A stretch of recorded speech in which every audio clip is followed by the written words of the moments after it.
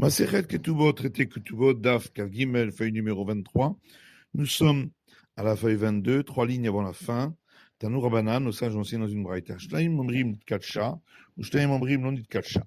Si deux témoins disent que la femme a reçu acte d'acquisition du mariage, et deux disent qu'elle n'a pas reçu, Arezulutinase, Viniset Lotetse, ne pourra pas se remarier, et si elle s'est remariée, elle ne quittera pas le mari. Si deux disent elle a été divorcée et deux disent elle n'a pas été divorcée, là aussi elle ne pourra pas se remarier, mais si elle s'est remariée, elle devra quitter le mari. Pourquoi est-il une différence entre le début, le premier cas, et le second? Il dit, en vérité, dans la Mishnah, on parle d'un cas où il n'y avait qu'un témoin chaque fois. Un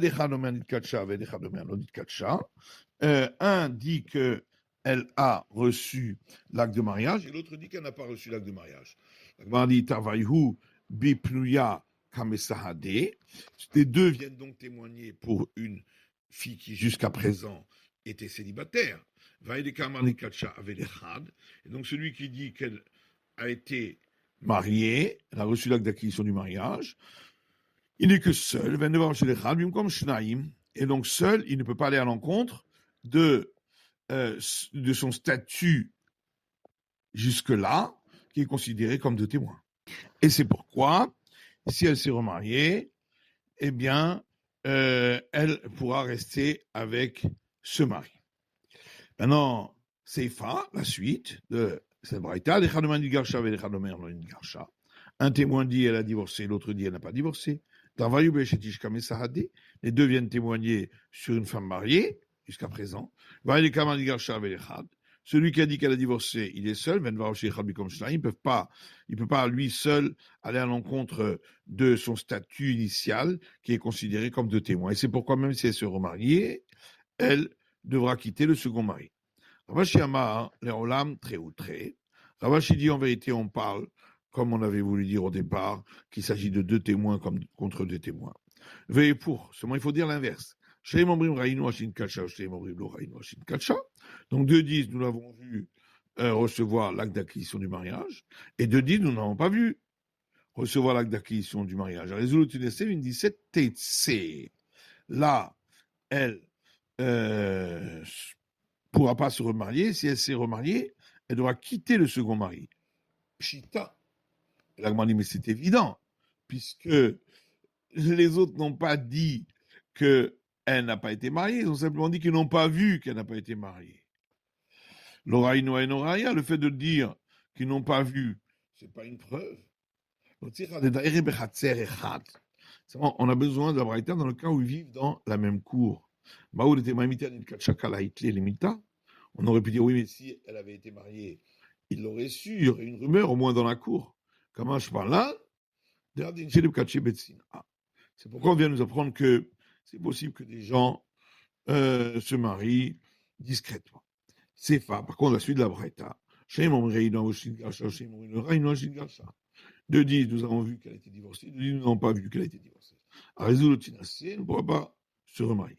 Une 17, l'autre était. Et si elle s'est remariée, elle n'aura pas besoin de quitter le second mari. Qu'est-ce qu'on vient nous apprendre?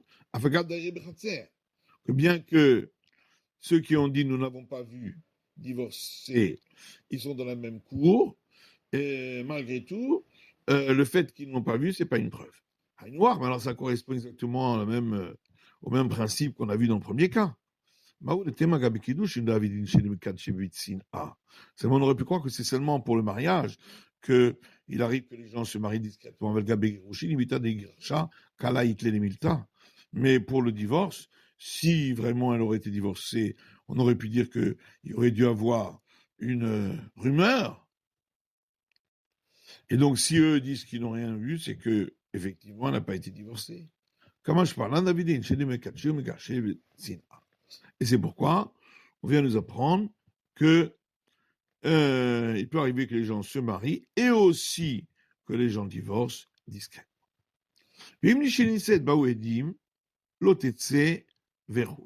On a vu donc à la fin de la Mishnah, que si après qu'elle s'est remariée, sont venus les témoins dire qu'elle avait un statut d'interdite, à ce moment-là, malgré tout, étant donné que c'est elle au départ qui l'avait dit, et elle-même avait donné des raisons pour dire qu'elle est permise, elle pourra rester avec le second mari.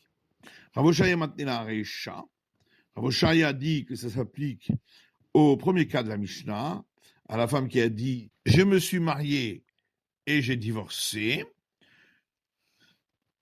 Rabba Baravin Matnila Sefa. Alors que Rabba Baravin dit que ça s'applique au deuxième cas de la Mishnah, sur celle qui a dit « J'ai été captive, mais je suis resté pure ». Celui qui dit que ça s'applique même au premier cas, a plus forte raison au deuxième cas, on n'est plus permissif, puisque le problème de la femme qui est captive, c'est un interdit d'ordre rabbinique, on a été donc plus permissif. On va démanteler là assez fin.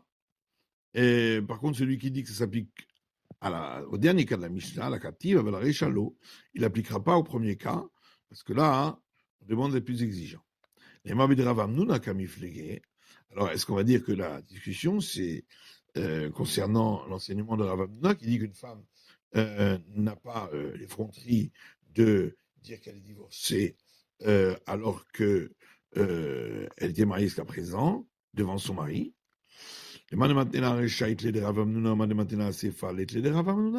Celui qui dit que la fin de la Mishnah s'applique même au premier cas, donc il est d'accord avec Ravamnuna, que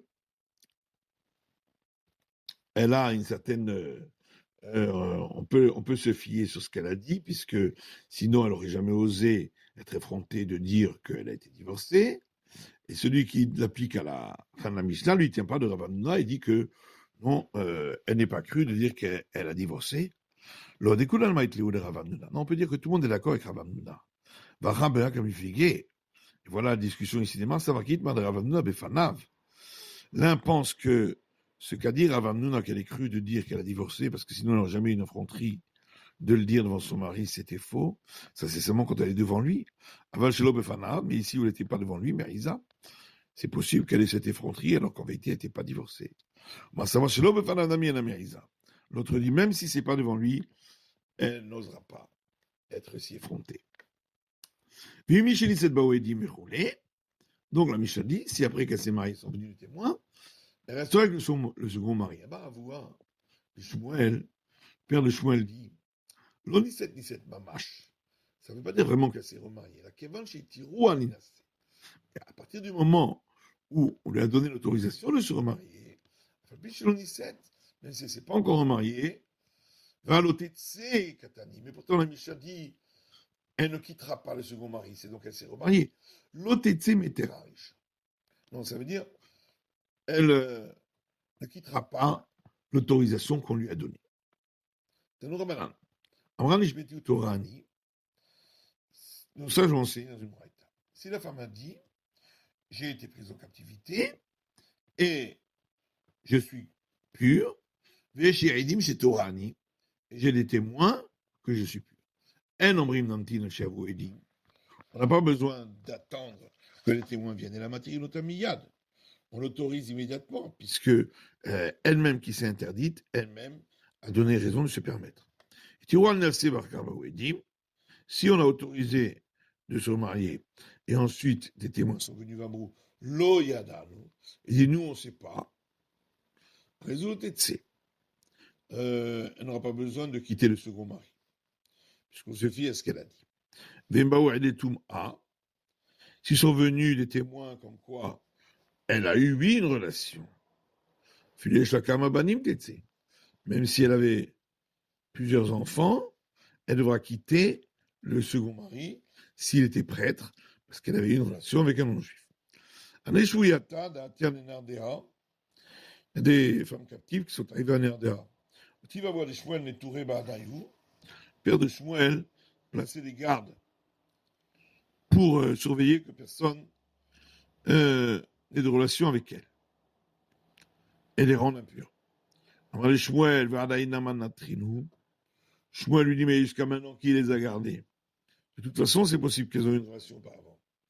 Amaleilu, Benatach Avian, Mi Avit Mizalzalbehu. Il lui a dit, et si c'était tes filles, est-ce que tu te serais conduit comme ça légèrement avec elles?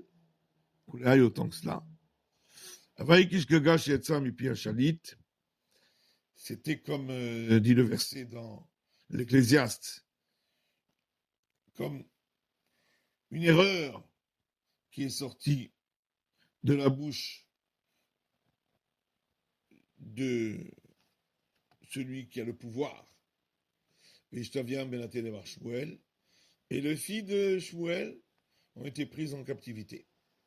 Parce qu'il nous a d'Israël, et on les a fait monter ensuite en terre d'Israël.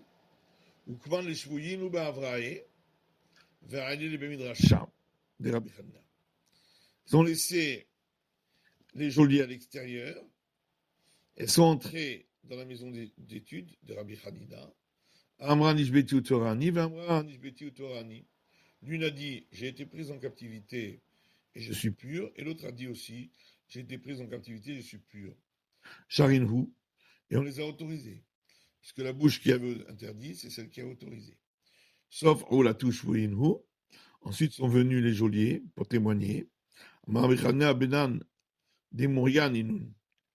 Et Rabbi Chania dit, ces filles-là, elles connaissent les enseignements des sages, parce qu'elles ont su que il fallait qu'elles témoignent avant eux pour qu'on les autorise, et ensuite, leur témoignage à eux ne change plus rien, comme on l'a dit. Iglaï Milta, Benatimar Shmuel Avian. Ensuite, on a su que c'était les filles du maître Shmuel.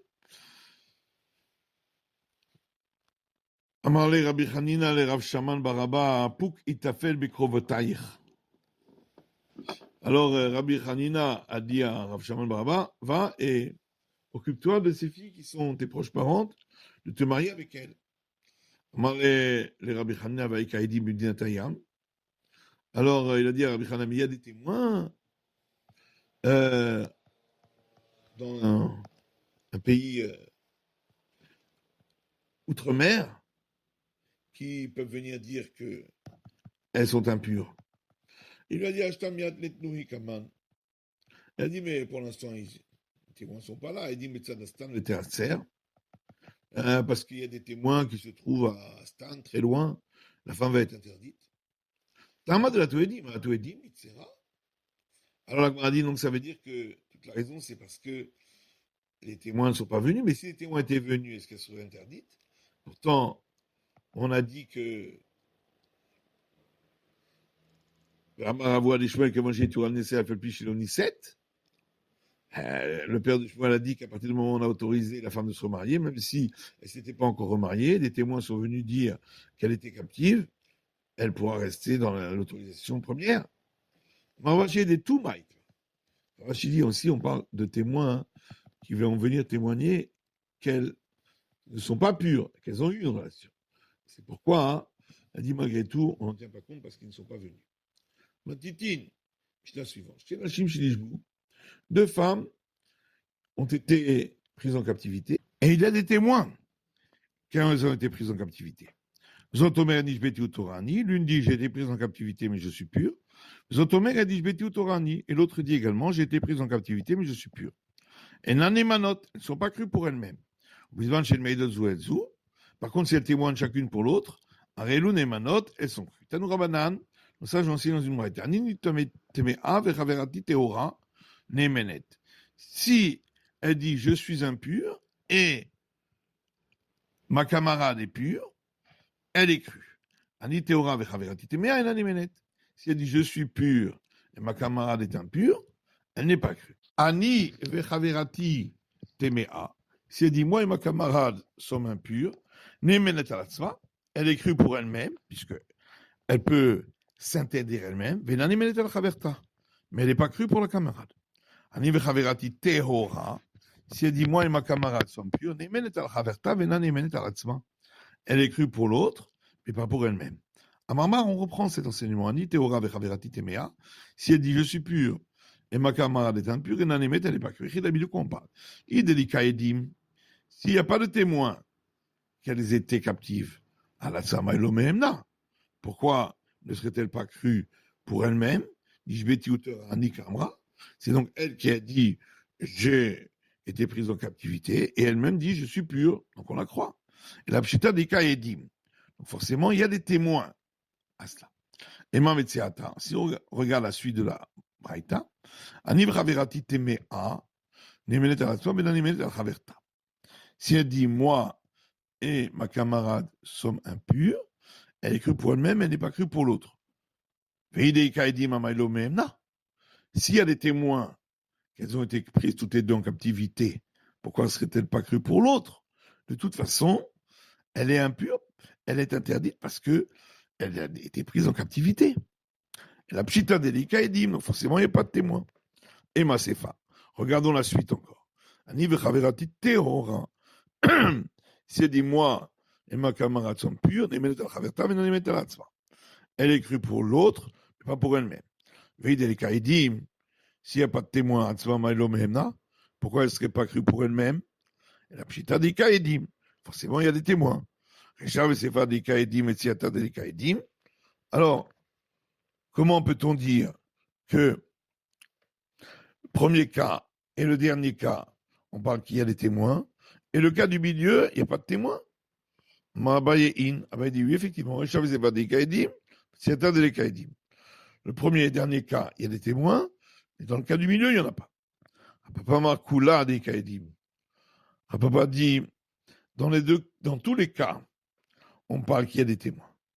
Des cas pire. Mais il y a un témoin qui dit l'inverse de ce que elle dit. Donc dans le cas où elle a dit, moi je suis impur et ma camarade est pure, et le témoin a dit, toi tu es pur et ta camarade est impure. Pour elle, elle s'est interdite elle-même, donc elle est interdite. Haverta pour la camarade, Mishtaria pour Madida. Elle est permise sur la foi de ce qu'elle a témoigné, puisque un témoin peut témoigner et est cru.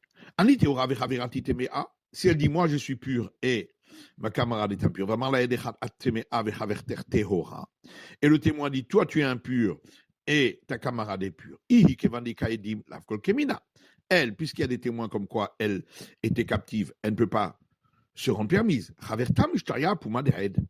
L'autre, la camarade, elle est permise sur la foi du témoin. Si elle dit moi et ma camarade sommes impurs, et le témoin dit toi et ta camarade êtes purs.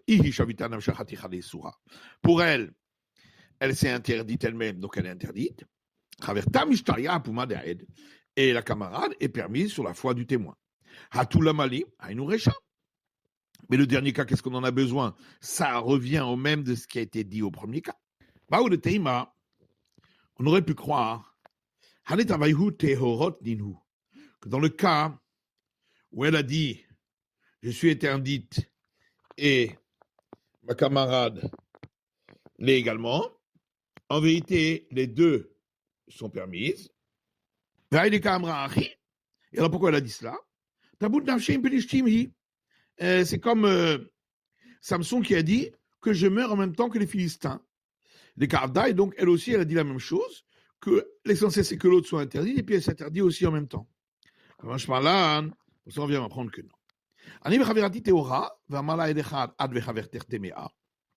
Lorsqu'elle dit, moi et ma camarade sommes toutes les deux pures, et le témoin dit, toi et ta camarade est impur, pour elle, étant donné qu'il y a des témoins qu'elle était captive, elle ne peut pas se rendre permise, mais la camarade est permise sur la foi de ce qu'elle a dit elle. Et qu'est-ce qu'on a besoin d'enseigner cela? C'est ce qu'on a vu au tout début de la Braïta. Comme des pasta nafsha. On aurait pu croire que lorsqu'elle est crue pour l'autre, c'est quand elle s'est interdite elle-même. Comme marchera nafsha. Mais dans le cas où elle veut se permettre elle-même aussi, et malomehemna, peut-être qu'elle n'est pas crue parce qu'en vérité, elle fait ça pour se permettre elle aussi. Comme je parle, c'est pourquoi on vient m'apprendre que non, que l'autre est quand même permise. Matitin, la suivante. De même deux hommes, Zéomer Kohenani et Zéomer Kohenani. L'un dit je suis un prêtre et l'autre dit aussi je suis un prêtre. Et Nam Nemanim, ils ne sont pas crus sur eux-mêmes. Mais si ils témoignent l'un pour l'autre, Arelu Nemanim, ils sont crus. Rabbi Omer En Ma'alim Lakuna al Pied Echad. Rabbi lui dit on ne peut pas faire monter quelqu'un au statut de prêtre sur la foi d'un seul témoin. Amar Rabbi Elazar comme Shiesh Orerin. Rabbi Elazar dit ça c'est seulement dans le cas où il y a une remise en cause.